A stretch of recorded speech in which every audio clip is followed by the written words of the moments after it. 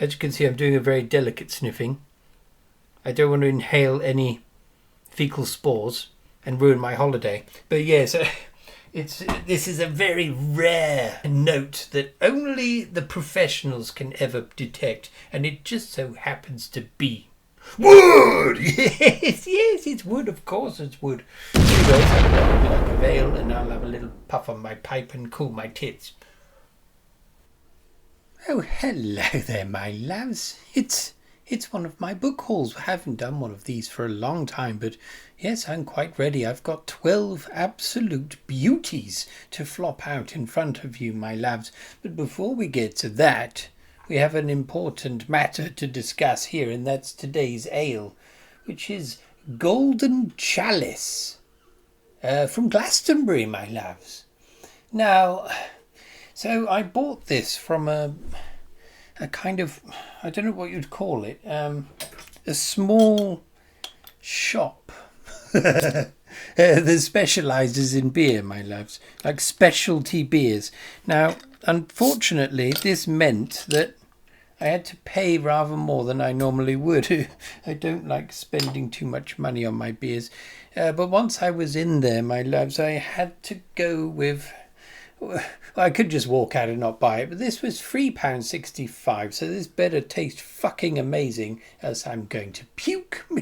Yes.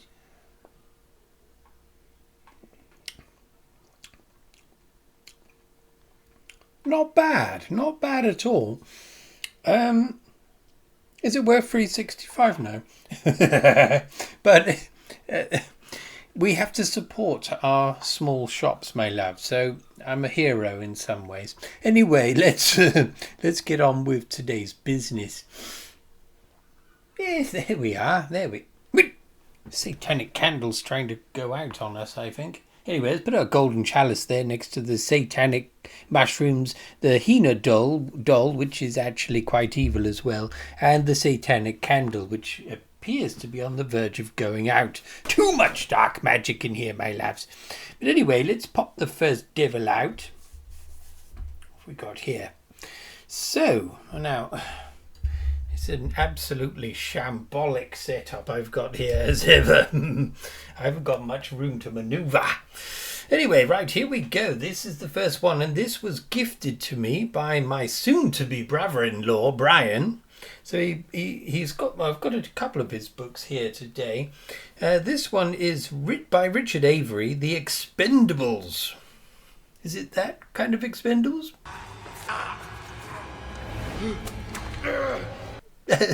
Who knows? But this is number 1 in the series, The Deathworms of Kratos, my love. Yes. And we have the titular worms here that look very, very much like angry penises, of course. We have this, what appears to be a 2-legged walking monstrosity of a vehicle with a spaceman in it, and he's firing a laser beam into the penis's mouth. I mean, the devilish worm. The spine has a bit of concavity to the devil. I'm having to keep turning around to see if it's in shot, but I'll try to stop doing that in a minute because my voice is going to keep going like this else. There we are.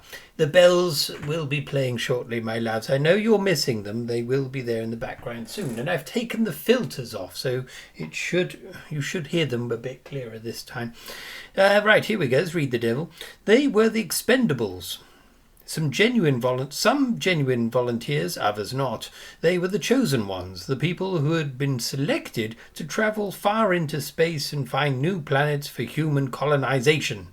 Kratos was the first planet of call, inhabited by gigantic creatures that swayed and roared, that were blessed with 7 eyes and mouths cavernous enough to suck in a handful of humans at a time. And Kratos is only the first locale in a glittering new series of books that will wrench you into the most terrifying of unknown worlds. United Kingdom 35 pence, which can only mean late 70s. Though this cover looks 80s to me. Let's have a look. It's mid 70s. I should have stuck with my guns there. But there, yes, there we are. This is, yes, I think he probably chose it for me because those monsters do resemble penises. Yes, my penis hobby is well known in the family. Yeah, right. I don't have my scanner at the moment, but I'm hopefully getting it tomorrow, and hopefully if I've got it in time there will be scans. If not, you're just going to have to look at a bare bones of fuck all. In fact, you can look at that. No, it's not. No, I'm not being naughty here. No, right. Anyway, let's have a sniff of the devil. As you can see, I'm doing a very delicate sniffing.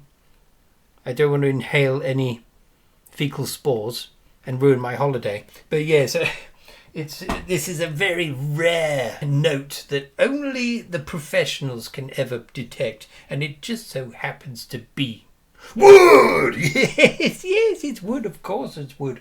Anyway, so I'll like a veil, and I'll have a little puff on my pipe and cool my tits. 4.8% ABV, my lads. It's got a very clean and crisp flavour. The problem is, of course, that I put the devil in the fridge to cool it down, and it's lost some of the more complex flavours and aromas like wood. Oh, that's it. That hit the spot. Okay, right. Next book. This is another one from Brian. Now, other than penises, what else do I like? Yes, young ladies. This one appears to be a young lady firing lasers out of her titties. Now, this can happen occasionally. They are formidable weapons, and the laser beams appear to be cutting through a crowd of people, potentially. Robert Sheckley, the 10th victim of a titty laser. As ingenious as his mind swap. Right, I've never heard of Robert Sheckley, but I do appreciate this cover. Unfortunately, there was a price stamp here. I don't think this was extricated from the book by Brian. I think some other heathen did this. But I actually quite like the look of that. Let's zoom in on that. It's beautiful. Anyway, there we are. That's the spine. Not too bad, not too shabby. Published by Mayflower. This can fuck off. Anyway, let's read this one. The 10th victim looks into the future, a future that could be uncomfortably close. In order to release the aggressions which normally culminate in wars, governments agree to license the hunting of each other by individual men and women with prizes for the highest scorers. A bit like the Running Man, perhaps. When Carolyn Meredith notches up her 9th kill with her metal-plated firing brassiere, she seems well on her way to becoming the first female tens winner. The bells have begun, my loves. Her next victim is in Rome. Who his hunter is, he may only discover when it's too late. When did she become a he? Or never. All he knows for certain is that he is the 10th victim, and that every meeting, every passing stranger, every action, every corner may hold the possibility of sudden death from a titty laser, my left. Right, how much is this one? 20 pence. This is 70s. Some devil bought this for 10 pence. Can you believe it? I think Brian got these from Oxfam. Oh my goodness. Now I was off there. Well, 1969. So, yeah, we're tiptoeing into the 70s. Oh, dear. The 10th victim, yes, right. This is quite a short book. Let's pick a random page and read a sentence. Right, here we go. Because it's much nicer that way, Caroline said. What do you think I am, some sort of pathological murderer? I'd like to know who I'm killing. That's the civilized way of doing things. When you have titty lasers. Yes, well, there we are. Cheers for those, Brian. Absolutely wonderful. Right, I had no idea that the laser beam titties would actually feature in the story, but there we are. Ooh, delicate aroma. Yes. Yes, it's wood. Yes, it is wood. Okay, so those two were bedfellows, so it's understandable that they would both smell of wood. Yes, yes.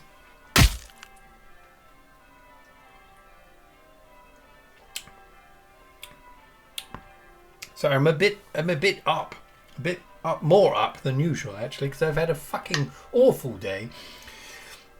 Been down in the dumps, and then I'm going back up again. It's a hellish time being Uncle Jimmy sometimes, my lads. Whoever's playing those bells or ringing those bells is doing an absolutely awful job at the moment. Anyway, there's a bit of a clangor going on at the moment. Trying not to be too harsh on them. Right, so the next great big wodge is from none other than dear Sephiros, a fellow wizard. He has slung me some more books.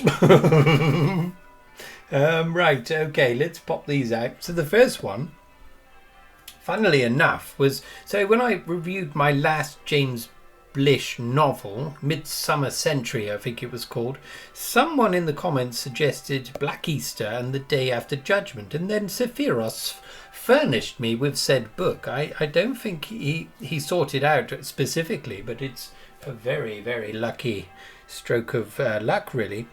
Lucky stroke of luck.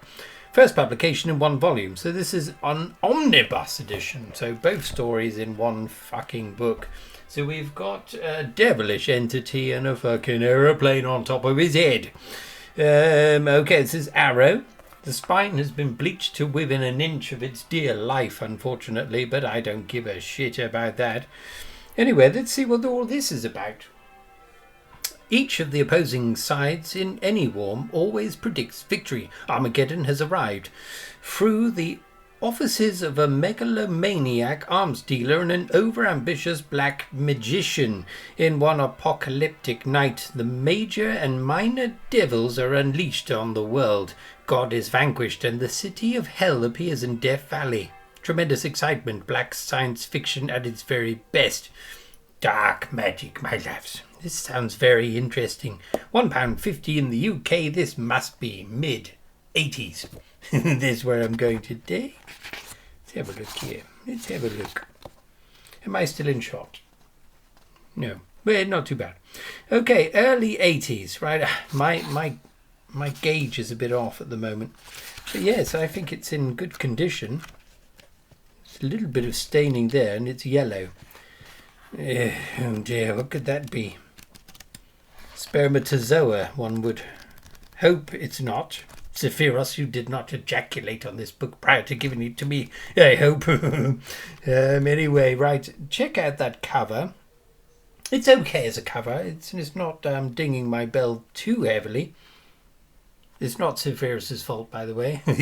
He's given me these books for free. Hello, wait a second. This smells of something different. That's yes, we've had this before. It's an old fragrance from the 80s. I would say a gentleman's cologne. I don't know what that would be, but there it is. It's quite pleasant. In fact, funnily enough, this is really weird, but when I went for this party over on the weekend, on Saturday, there was a gentleman there that smelt just like that. He was called Uncle Bobo. That's interesting. Right, anyway. Let's have another little plug a minute. It's very hot in here. I need to cool my tits right down. How are we doing? 13 minutes in. 13 minutes of pure gold. Golden Chalice. Got to jiggle the mouse a bit as it turns off. Right. Now, it's another Sephiros number. I believe this is Sephiros's. Yes, I think it is. So, a Merrit, dwellers in the Mirage. And interestingly, so we've got a very nice image here. You'll see it more clearly if I've scanned the devil. But we have what appears to be like ancient Greek soldiers, perhaps, or Vikings, or maybe Greek, and they're fighting people. But in the background, there's a giant creature. It looks like a giant octopus. But at some point, this part of the cover has been ablated by some cretin, and someone's tried to draw on top of it to try to repair it, and it just looks like the tip of a penis. So they haven't really been successful there. Right. I won't be reading all of these blurbs, because we'll be here for all eternity otherwise. But let's have a little look about what this is about. Against the savage colour, so this is an American publication here, of a monstrous myth world come true, a Merrit, master of science fiction adventure, spins a hair-raising tale of Leif Langdon, suddenly ripped from the 20th century and plunged into another world, the miraculous world of the Mirage. To the golden people he was a leader. Only he could save the lovely Avery, whose ethereal beauty spun a web of enchantment around all she touched. Dwayanu, an angry warrior, asleep for centuries, now awakened to deliver his people to the terrible octopus god Kalkru with the savagely beautiful witch woman Lur. He battled to recapture the glory that had been his, and nothing in this world could stop him. A brave man. A bloody messiah, as different as God and man can be, yet they lived within the same person. No nearer to understanding what this is about, but look at this. The edges of this book are toned in a rather splendid peach colour. So yes, look at this. That's what happens when you try to repair book covers. Now, I wouldn't like to hazard a guess when this is from. Let's just have a look. I'll say 64. Okay, 1960, but the copyright goes back to 1932.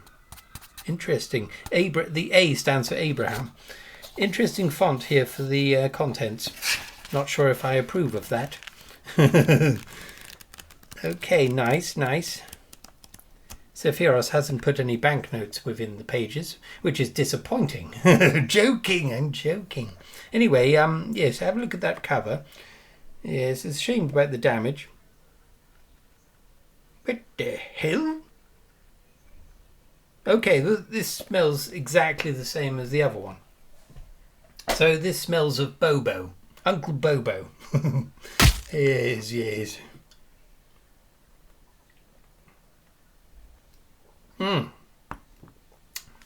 Wonderful. 4 books down and 8 to go. Can you believe it? We are going to be here for some time. Now, the next books that dear Sephiros has passed my way have these condoms on them. Now, yes, these are like book... what do you call them? There's a name for these. I always throw them away. I'm a bit of a barbarian, really. I am a collector, but yes, I don't bother with that kind of thing. But thank you, Sephiros, for taking that extra precaution. Right. The other good thing is, of course, it will have sealed in the fragrances of the books. So this is a Michael Moorcock, The Bull and the Spear. Now, this is a beautiful cover. Very whimsical. Hard to make out what's going on here.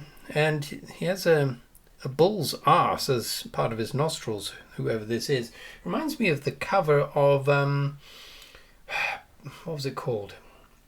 It was about it was about a sentient robot called Jasper Rhodus. I remember that much. I can't remember what the devil was called now. Anyway, it's similar style and similar face, looking up at us. Published by Quartet. Okay, spine's okay. Let's have a look at the back. Okay, I'm not going to go for the guff there. I'm just going to read this a little bit. Coram Jehalung Israel, timeless prince of the scarlet robe, broods in his isolated castle, disturbed by strange dreams in which distant voices call his name, seeking help. At last he answers the call and travels through eons of time to the tragic land of the Tehuan Krem Kriosh, a people persecuted by the terrible giant gods of the cold folk. Only 2 weapons are powerful enough to overcome the Fhoi Mehir and their loathsome monster allies, and these quorum, this is part of the quorum, isn't it? Must find the magical invincible spear Birioniac, now on the fatally beautiful island of High Briasail, and the great untamed black bull of Crinanas. Fucking hell, right. 40 pence in the UK. This is a 1970s edition. Someone paid £2.50 for it. Might have been our dear Sephiros. There it goes. Okay, 1974. Now this is in good tip-top condition. Yes, very nice, very nice. Okay, have a look at the cover scan if I've done that. Ooh. I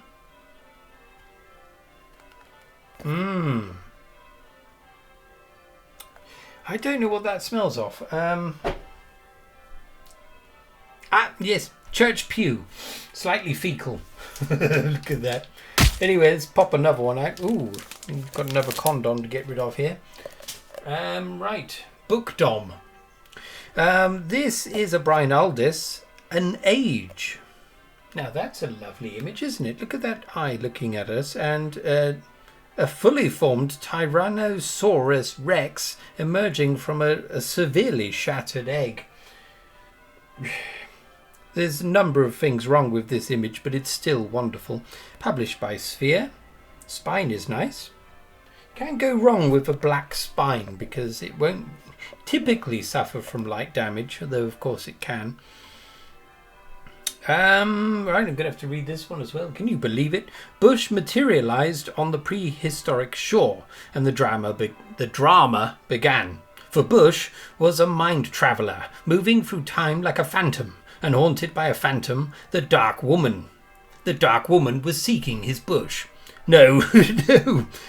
Was she a ghost from his future, or the product of a mind strained beyond endurance? Bush had other problems, emerging from the Devonian past into a totalitarian future he was trained to kill, sent back in time to assassinate a man who threatened the future. This brilliant examination of the relationship between men and time is simultaneously a serious novel on that fascinating subject and a tense psychosexual adventure. No wonder he's called Bush. It's Bush in search of Bush. He wants to plunder Bush. Anyway, United Kingdom 30 pence. We're back in the 70s. I think Severos may have gone back in time and got these from a bookshop of the times, perhaps. I wouldn't put it past him. 1972, yes. Okay. So this is a sexy book. Right, let's do a random page, see if we can get some sex in it. right, scan, sex. Right, here we go. He looked around despairingly, but his father has shrunk back into the gloom and was not to be seen. No. Wait a minute. Oh, hello. Braided frock coats with wide lapels, basquinine bodices, embroidered waistcoats. Then he got his penis out. No, there's nothing there. Okay, right, have a look at the cover. Have a look at that impossibly cracked egg, and I'll sniff it. My God. Okay, we're back with the Bobo's cologne here. Right, Uncle Bobo's cologne. What's going on? I've got a funny feeling Sephiros may have laced these with a devilish concoction. Right, let's have a bit more ale. I'm getting fucking boiling here.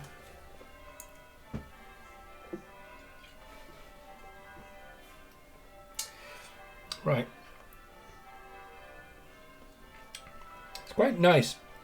It's getting better now that it's warming up a little bit. Anyway, right, onwards. Brian Aldiss again, The Moment of Eclipse, and we have a young lady here showing her posterior in our direction, a semi-transparent skirt. We can see her legs all the way up to where the legs join, if you will. And there's various holes cut out, and it's quite a suggestive one showing the top of the buttocks, my loves. Now on the ground here we've got some eyes that are opening from the ground. That's quite a very surreal image, yes. This is the Panther edition. Nice image, very nice. Again, a black spine with a bit of a crease down the middle. Look at this. Right, that's been fucked with a bit. 35 pence in the UK, back in the 70s, of course. Right, there's no time like the future. And here, Brian W. Aldiss proves it brilliantly in 14 stories of devastating power. Short stories, okay. From outrageous satire to blah, blah, blah, blah, blah. Okay, so these are short stories. Okay, look at all those copyrights. Okay, we're in 1970 though. Oh, it's 73. Right, that's all right. Yeah, we're back in the 70s, my loves. Hello, look at all this. Look, there's bits underlined here. But this is part of the print, I think. That's very curious. I've never come across that before. What the hell? What the devil? Is that a mistake in the printing? It doesn't appear elsewhere. Interesting. Okay, J.G. Ballard in the back there. And Thomas M. Dish. Okay, have a look at the cover. Don't linger your eyes too long on the naked young lady. She's not really naked. Yes. Okay, it's slightly different. Yes, okay, it's quite nice as well. Old man's cock. No. Right, the next one. Let's get the old condom off. I believe I may have this one. I may have it. It looks familiar. Although it could be the same artist, same kind of colour palette perhaps.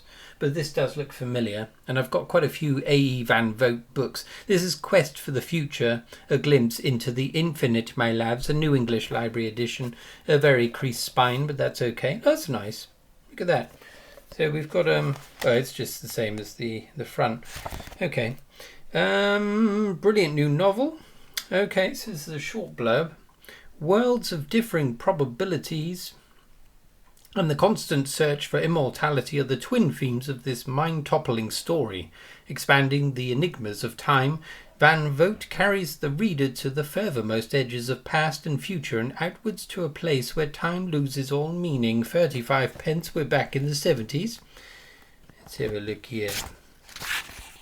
72, yes. Right, we've got our measure now of these prices.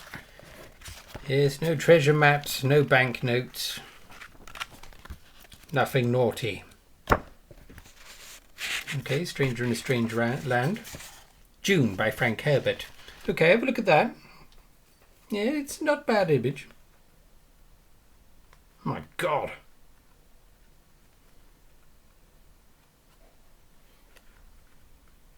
This is very curious.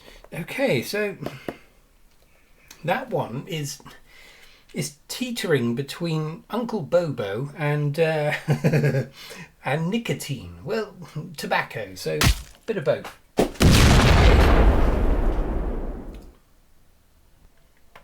Right, let's carry on. So the next three I got yesterday, and I went down to Book Cycle, which is a lovely used book shop in Exeter. It's the only decent one in the city. It's in an old Tudor house, or formerly a house, and you go in there and you just say what you want to pay. So yes, and I gave a load of books that I didn't need as well. But anyway, here we go. Here's the first one. Now, unfortunately, I made a mistake here. Excuse me. So this is Frederik Pohl's Beyond the Blue Event Horizon, the sequel to Gateway. I should have twigged, but I've already got the sequel and the one that follows that. What is it called? Something about... Is it called the Heechee Saga? Heechee? Something like that? I don't know. But anyway, I should probably get it down, shouldn't I, and show you the difference between them. Shall I do that? Yeah, fucking go on then.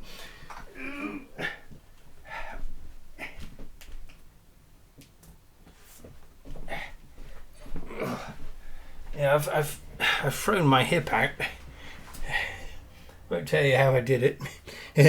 No, it wasn't naughtiness. But there we are. That's two versions of the same book there. So yes, it's the Heechee saga. Yeah, Heechee. But I prefer this cover, so I might keep this one and throw the other one in the bin. No, but yes, we've got a curious contraption here. Perhaps one of the craft that from the original Gateway, the ones they get into and they don't know where they end up. Wonderful idea. I loved Gateway. Okay, this is a nice condition. It's a Del Rey edition.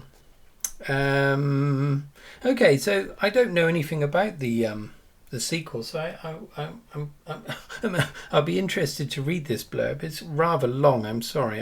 I'll try to race through it. Robinette Broadhead, made rich by the Gateway mission that had cost him the woman he loved, joined in bankrolling an expedition to the food factory, a Heechee spaceship found beyond the orbit of Pluto and designed to graze the cometary cloud and transform the basic elements of the universe into untold quantities of food. Interesting. Broadhead thought his motives were simple enough, a gamble on a breakthrough that could end famine forever and would make him the wealthiest man in history. But his understanding, tough-minded wife knew something else drove her husband, a vision of his lost love, poised forever at the event horizon of a black hole. I remember that, where Robin had abandoned her, devious swine, but there's nothing he could do about it. Every scrap of Heechee lore that could be brought back and interpreted increased the chance that he would someday somehow be able to reach and perhaps even rescue his beloved Gel Clara Moylin. After 3.5 years, messages came back from the expedition that electrified the world. The food factory was still working. They had found a human aboard. They had discovered the key to the use of a whole new level of technology. And it appeared they had found the Heechee. Okay, that's wonderful. That sounds very interesting. Okay, so this is, I think this is an American publication here, isn't it? Yes, it is, of course. Right, 1980, manufactured in the United States of America. Very nice condition.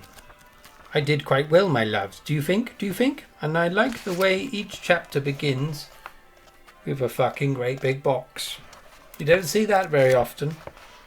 Try some of Frederik Pohl's Tomorrow's Today. Someone? No? Okay. Yeah, okay. Oh, wait a minute. An artifact. Look at this. Right, so this is a receipt. I can't make head nor tail of that. Is that a date? I don't know. But anyway, I can't make head nor tail of any of that. But anyway, there's an artifact of some kind. Anyway, have a look at that cover.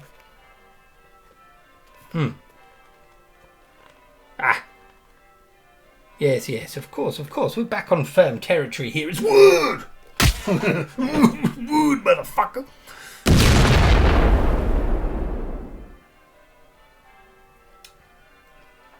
Now, perfect combination with sniffing a book is lugging a bit of ale on the side. The perfect chaser. And of course a bit of Uncle Jimmy's homemade vape juice.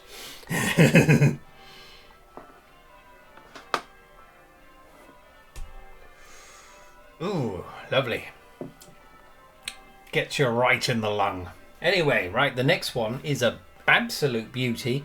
So I spied this one. John Wyndham has got centre stage there on the cover, but this is a number of different writers, various short stories. I think 3 short stories. Yeah, so we got Murray Leinster and Jack Williamson, A Sense of Wonder. Now, look at this devilish thing here. Can you see how splendid this is? This, I mean, it can't be anyone other than Foss. It can't be. But I'll have to check. I'll have to check it up. But I'm pretty sure that that's Foss. Very nice. It's been read. There's just this one crease down the middle. £2.25. So we're towards the end of the 80s probably. Right, so I'm not going to read all of them, but let's see what John Wyndham was up to. Exiles on Asperus tells of an interplanetary trip where man's wonderful adaptability to his environment works against him instead of for him. Fuck it, I'll read the others as well. The Moon Era is an unforgettable tale of the most unusual and harrowing trip to the moon that could ever be undertaken by man. Is that without a spacesuit, perhaps? Shot out of a cannon? Right, Murray Leinster, The Mole Pirate is an extraordinary tale of a young scientist and his invention, a machine which can dematerialize and pass through solid matter. That sounds interesting. Yes, okay. Now this is in very good condition. Yes, it's got to be the 80s we're harking back to here. What? That can't be right. Yes, that's better. 1987. Yes, I thought I was going mad then. I thought this was from the 60s. Do you hear that clanging then? They're fucking up royally over there. I did tell them to give me an imperfect performance this evening. Anyway, have a look at that cover. Don't salivate too much. Or masturbate. Ah! Well, I'll be darned. I've never encountered this one before. It's a brand new one. It's a squirrel's nipple. Yes. Smells slightly of walnut.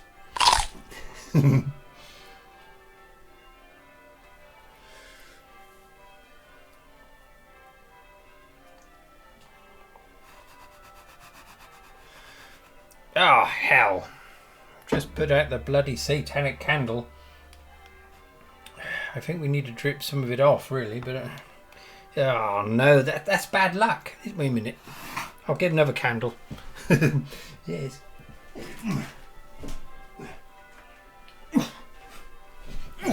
Bloody hell, my hip's ready to fucking go, mate. Right, luckily I've got a spare one. It's a naked young lady one. Apologies if there's anyone who doesn't like this kind of thing. But I've had this for some time. My wife bought it for me. So it's a naked young lady with a flame for a head. Can you get any better than that? I don't know. Okay, let's try and get the posterior and the breasts in at the same time. Okay, like the Hina doll's looking at it now. Right, the next one's coming up. Let's pop this out. And it's another Larry Niven, The Flight of the Horse. I keep buying these Niven books. A bit hit or miss. I just spat on my leg. Bit hit or miss for me. Nothing special usually, but some interesting ideas. We have a great big sea serpent creature. Cross between a stegosaurus and an alligator, perhaps. And a young fellow cavorting about in a bubble of energy, riding some kind of wakeboard, a moon in the background. It's got everything, my loves. Okay, this is published by Futura. The spine is in good condition. And there's the tail of the devil. Let's read this one. A brilliant collection from the Hugo and Nebula award-winning blah, blah, blah, blah, blah, blah, blah, time travel and teleportation, unicorns and warlocks. Excuse me. Hard science fiction and fantasy combined with superb storytelling in a showcase of Larry Niven's dazzling talent. One day I will be sick on this video. That would be a wonderful thing to witness, wouldn't it? Right, so £1.50. We're in the early 80s here. We've got to be. I think I've got the measure of the devils now. Yes, 1982. Quite a nice font. Well, it is there anyway. I run the risk of burning my book here on the brazen nakedness of this candle. His naked candle. That's quite funny, isn't it? Yeah. Right. The Flight of the Horse. Is that what it's called? Yeah. I've already forgotten. Okay, look at this first sentence. The year was 750 AA, anti-atomic, so after the Third World War or something, or 1200 AD, Anno Domini. That can't be right. Approximate, whatever. Anyway, fuck it. Nothing is hidden within the pages, unfortunately, my loves. No, no, no. Okay, have a look at that. What do you make of that? Nice colours, very vivid indeed.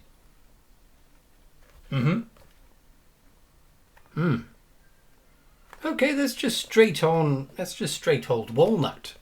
Yes, sometimes you just get a nut in the mix. Yes.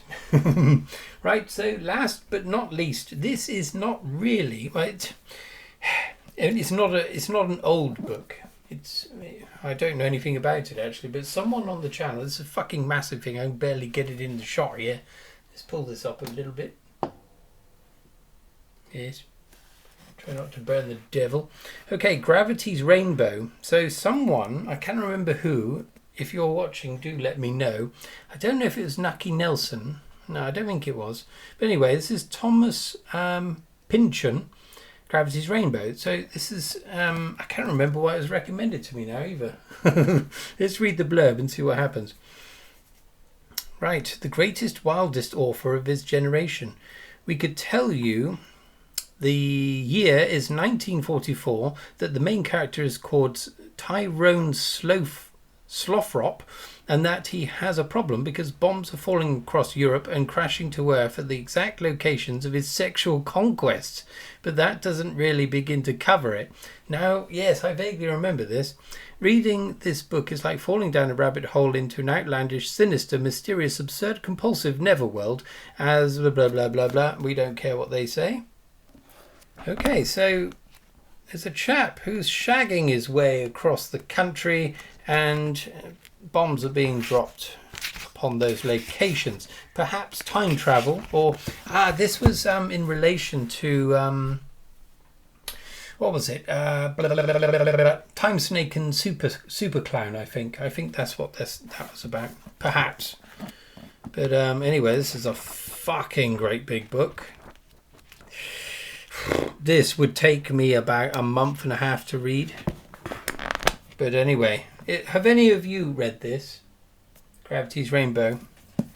I tell you what, let's do a quick. I mean, if it's about sexual stuff, we might see something juicy. Let's go here. His name fell on him like a thunderclap, and of course it wasn't Professor Dr. James after all. Blah blah blah blah blah. Got his knob out. Well, no. Right, shall I bother? I won't bother scanning that one. It's a nice image actually. I chose this edition because I liked the graphic style, but is it worth scanning? I don't know. But anyway, yeah, well, that's nice. It's fish and chip paper, parchment, if you will. I didn't even look up the date. Original copyright 73, and this is a 2013 edition, so it's still brand spanking new by my standards. There we are. We're done, my loves. We are done. I hope you enjoyed this return to the world of book hauls and your Uncle Jimmy. This might be quite a long one. Yes, around 45 minutes or so, perhaps. I'll see if I can chop it down a little bit. Yes. But anyway, thank you very much for watching if you have. And let me know if you've read any of those books and if there's any of those that are worth reading sooner rather than later. Please don't suggest I read the Gravity's Rainbow, because it's going to take me a while to get round to that one, I think. But it does sound intriguing. Okay, let's leave it there. Cheers, my loves, and cheerio.